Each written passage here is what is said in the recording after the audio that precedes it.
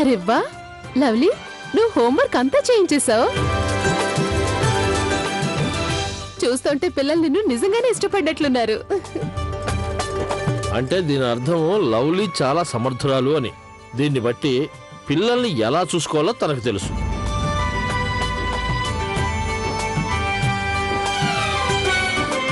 తాతయ్య గారు, మీకు తెలుసా ఈ రోజు చిన్నమ్మ మాకు కొత్త కవిత నేర్పించింది. అవునా? లేదు లేదు, అదేం లేదు. ఈ పిల్లలు పాట పాడినట్టు చెప్పరు కదా. కవిత కాదు, అది ఊరికే నేను.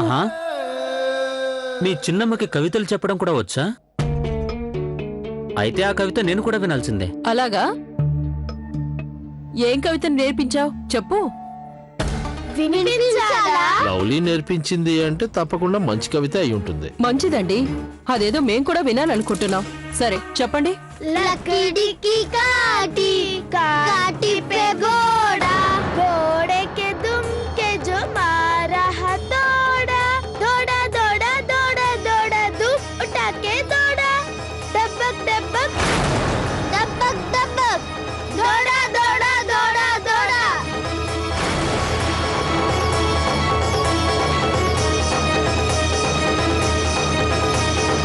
ఆపండి గంతులు, పండి గంతులు, పండి గంతులు.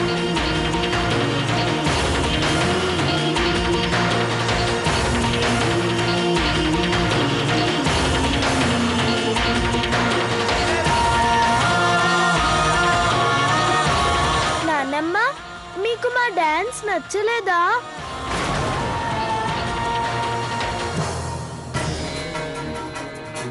ముని తీసుకో, ఇవి తీసుకొని మీరు మీ గదుల్లోకి వెళ్ళిపోండి. అను వెళ్ళిపో, నీ గదిలోకి వెళ్ళిపోమా. పదండి. అత్తయ్య గారు, నాకు నిజంగా తెలియదండి లవ్లీ పిల్లలకి పాట ఎప్పుడు నేర్పించిందో. మీనాక్షి, నేను నీకు అప్పుడే చెప్పాను కదా, ఇంట్లో పిల్లల విషయంలో మనం లవ్లీ మీద ఎలాంటి నమ్మకం ఉంచొద్దని.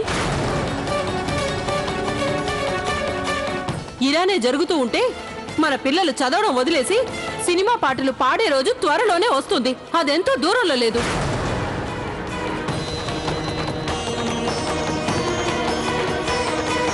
ఇక నువ్వు కోరుకునేది ఇదేగా? పిల్లలు పరీక్షలు రాసేటప్పుడు ఇవన్నీ రాసి రావాలనే కదా. అత్తయ్య గారు, పిల్లల మనసు చదువుపై కుదరడం లేదంటే వాళ్ళలో ఉత్సాహం నింపేందుకు నేను ఈ పాట పాడాను. మళ్ళీ మరో పెద్ద తప్పు. నీ సహచర్యంలో మా చిన్న పిల్లలు చెడిపోతున్నారని నాకు అనిపిస్తుంది.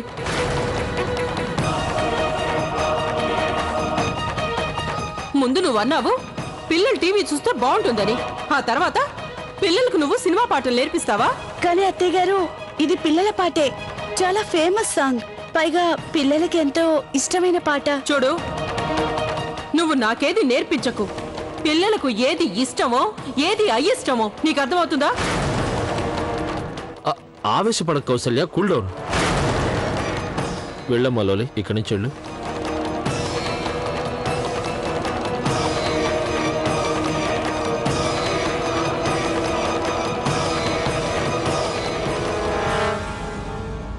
చిన్న పాటే కదా.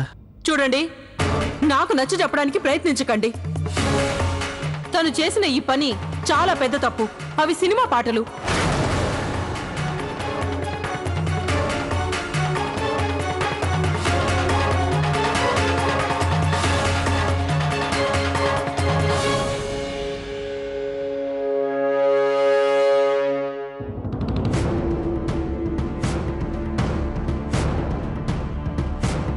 తప్పు మీద తప్పు, అది కూడా చిన్నపిల్లలతో. చూడు లవ్లీ, నేను నిన్ను ప్రాధాయపడుతున్నాను, కనీసం పిల్లల విషయంలో అయినా తప్పు చేయకు. లవ్లీ, అసలు నువ్వు ఇవన్నీ చేసి ఏం నిరూపించాలనుకుంటున్నావు? మీనాక్షి వదిన పిల్లల్ని చూసుకున్న రోజులు ఈ ఇంట్లో ఎటువంటి ప్రాబ్లమ్స్ రాలేదు. ఇప్పుడు నువ్వేవైతే చేస్తున్నావో ఇలాంటివి చేయడం వల్ల నువ్వు పిల్లలకి ఇష్టమైన దానివైతే కావచ్చు, కానీ వాళ్ళకి అమ్మవి మాత్రం కాలేవు. నాకు తెలుసు, నేను వాళ్ళ అమ్మని కాదు. అంత మాత్రం చేత పిల్లల్ని సంతోషంగా గడపనివ్వకూడదా? నువ్వు కూడా ఇదే కోరుకుంటున్నావా? పిల్లలు శ్వాస తీసుకోవాలన్నా అత్తయ్య గారి పర్మిషన్ తీసుకోవాలా?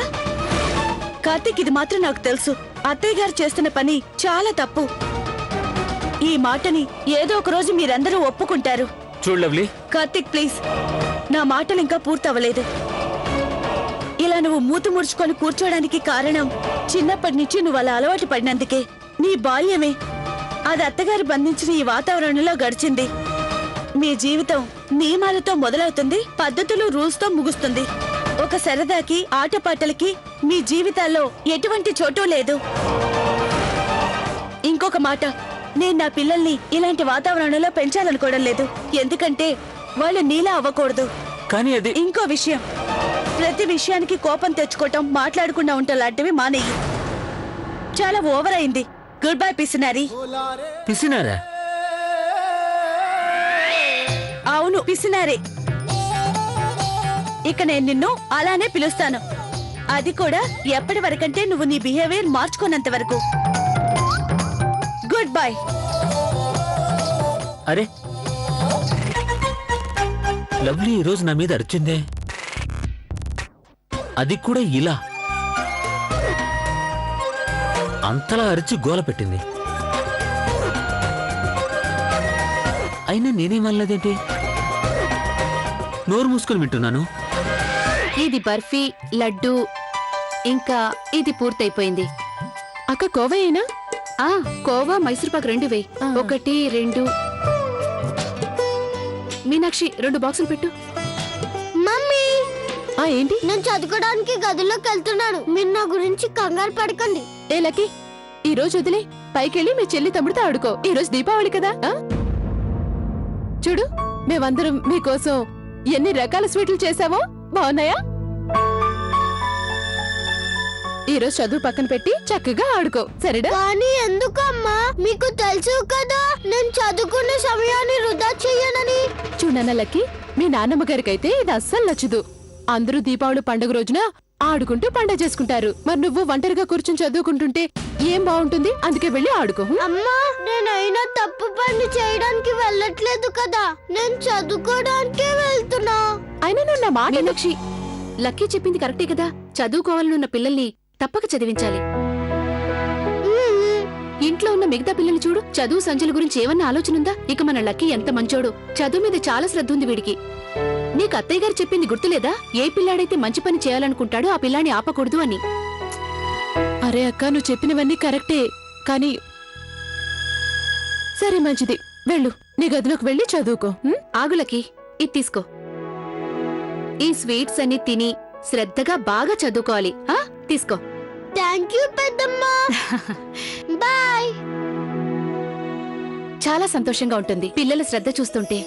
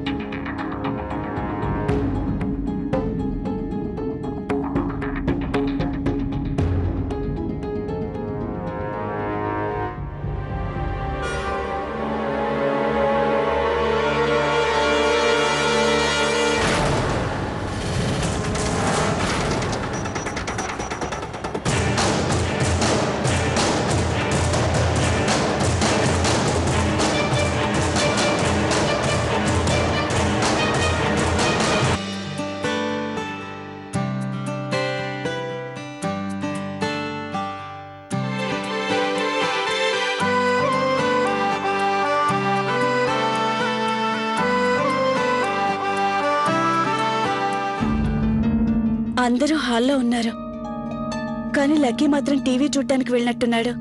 భగవంతుడా, వాడు పట్టుపడకూడదు. చాలా బాగుందమ్మా. అమ్మాయి లవ్లీ, నువ్వు చాలా బాగా అలంకరించావు. చాలా బాగా, నాకు బ్రహ్మాండంగా నచ్చింది. ఇంకా నీతో ఈ దీపాలంకరణలో ఎవరెవరు సాయం చేశారో వాళ్ళందరినీ మెచ్చుకోక తప్పదు.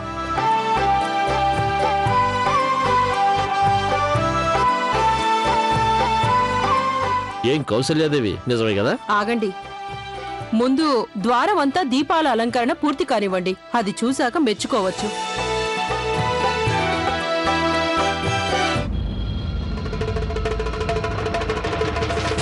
అమ్మాయి మీనాక్షి, లక్కీ కనబడడం లేదు, ఎక్కడికి వెళ్ళాడు?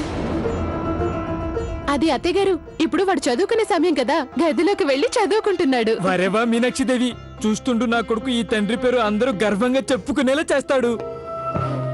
నేను నీతో చెప్పాను కదా ఈ దీపావళి రోజున పిల్లలు చదువుకోనక్కర్లేదని. వెళ్ళి వాడిని పిలుచుకురా. అత్తయ్య గారు అలా అనకండి. ఏ నేనేం తప్పన్నాను? నా ఉద్దేశం మీరే కదా అన్నారు లక్కీ చదువు డిస్టర్బ్ చేయొద్దు అని. తనకు చదవాలని ఉంటే చదవనిమ్మని. తనిప్పుడు అదేగా చేస్తున్నాడు.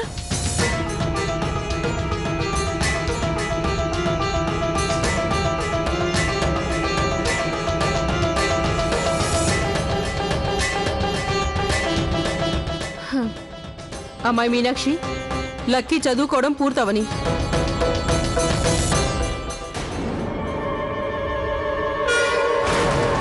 అరే కిట్టునే గది నుంచి పొగ. అయ్యా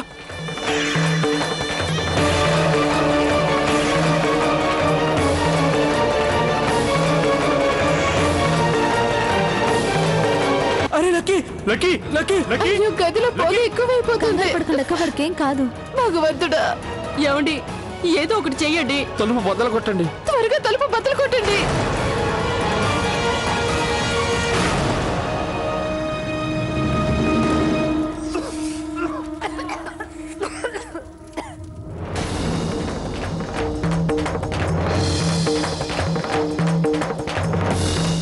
అరే లక్కీ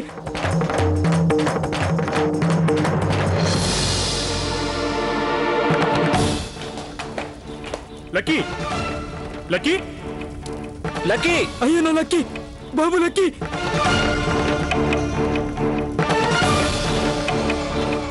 లక్కీ ఎక్కడా? నాన్న లక్కీ. లక్కీ ఎక్కడున్నావు? లక్కీ కనిపించడం లేదు. ఎక్కడికి వెళ్ళాడు? ఏమండి బాత్రూంలో ఉన్నాడేమో చూడండి. నేను వెళ్ళి బాత్రూంలో చూస్తాను.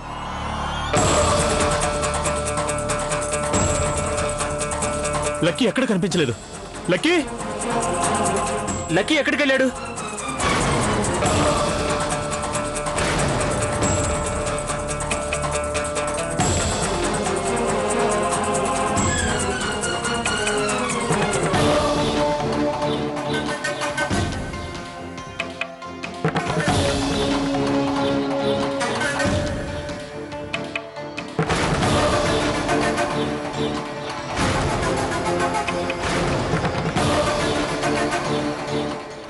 లక్కీ, నా లక్కీ, బాబు లక్కీ.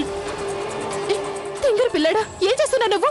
ఇంట్లో అందరూ కంగారుతో చేస్తున్నావు. నువ్వు బయట నుంచి వస్తున్నావా? ఎక్కడికి వెళ్ళావో చెప్పు. నిన్నే అడిగేది, చెప్పు. మమ్మీ ప్లీజ్ నన్ను కొట్టకండి. అమ్మాయి మీనాక్షి ఆగు. లక్కీ ఎక్కడికి వెళ్ళావు నువ్వు?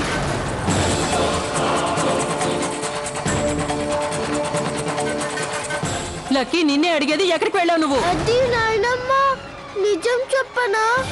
నేను టీవీ చూడ్డానికి వెళ్ళాను.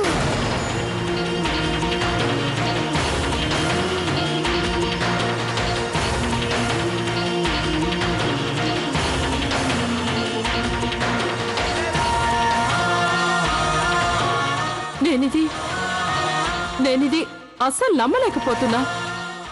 నా పెంపకంలో పెరిగిన పిల్లాడు ఇలా కూడా చేస్తాడంటారా? ఇప్పుడు నీకు ఎలాంటి శిక్ష పడుతుందంటే నీ జీవితాంతం నువ్వది మర్చిపోలేవు.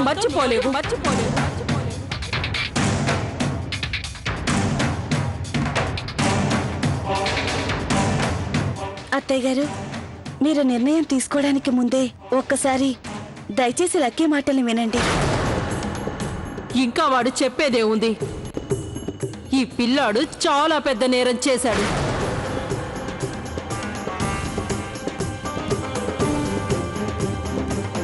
వీడు మన కుటుంబపు నియమాలను, శాసనాలను పాటించకుండా వెళ్ళాడు. ఈ ఇంట్లో అలా చేస్తే పడే శిక్ష వీడికి కూడా పడాల్సిందే.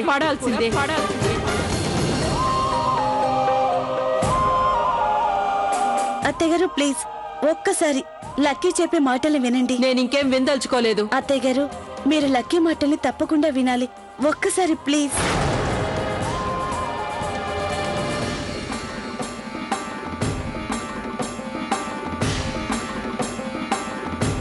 అరే నువ్వు ఒక్కసారైనా లక్కీ మాటలు వింటే పోయేదేముంది?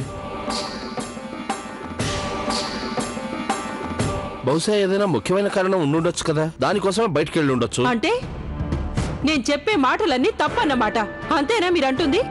లవ్లీ మాటలు కరెక్ట్.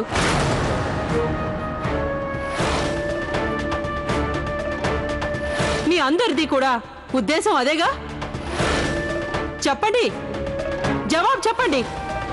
మీ అందరి ఉద్దేశం ఇదేనా కాదా?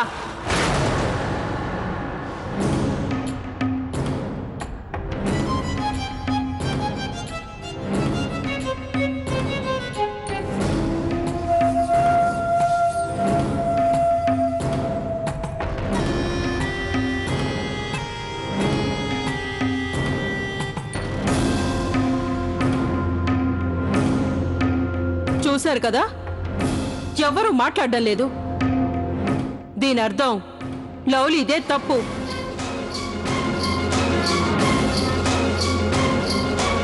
ఇక లక్కీ, నేను విధించే శిక్ష ఏంటంటే ఈసారి నువ్వు దీపావళి పండగ చేసుకో.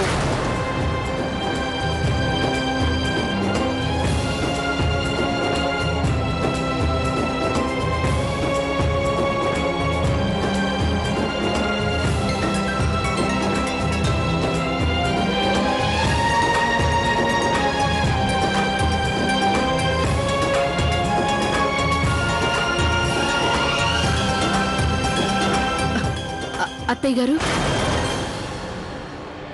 మేము ఒప్పుకుంటున్నాం లక్కీ చేసింది పెద్ద తప్పే, కానీ ఈ శిక్ష చాలా పెద్దది అత్తయ్య.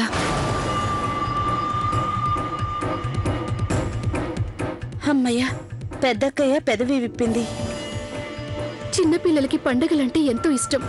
మీరు మరొక శిక్ష ఏదైనా వేస్తే బాగుంటుంది. అమ్మాయి గౌరీ, నువ్వేనా ఇలా మాట్లాడేది?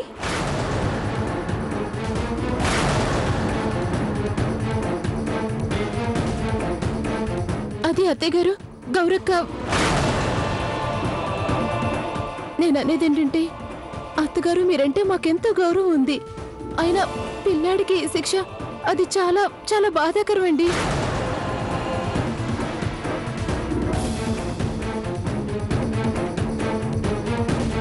అవునత్తయ్య గారు, ప్లీజ్ మరొకసారి ఆలోచించి చూడండి. ప్లీజ్ అత్తయ్య గారు, పండగ కదా, వదిలేయండి. మా కోడళ్లలో అకస్మాత్తుగా ఇంత మార్పా?